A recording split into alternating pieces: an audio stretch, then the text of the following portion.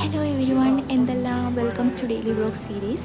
So ഞാനിന്ന് വന്നിട്ടുള്ളത് what I eat in day ആയിട്ടാണ്. അപ്പോൾ മോർണിംഗ് ഞാൻ ബ്രേക്ക്ഫാസ്റ്റ് ആയിട്ട് ബ്രെഡ് അവോക്കാഡോ ടോസ്റ്റും ഒരു അവോക്കാഡോ സ്മൂത്തിയാണ് കഴിച്ചത്.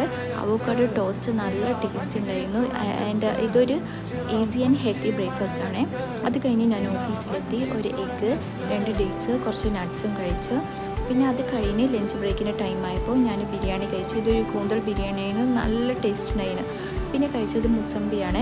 മുസമ്പി കഴിച്ചതിന് ശേഷം ഒരു പിയർ കഴിച്ചു. ആക്ച്വലി പിയർ കുറച്ച് മധുരം കുറവാണ്, എന്നാലും കുഴപ്പമില്ല, കഴിക്കാൻ പറ്റും.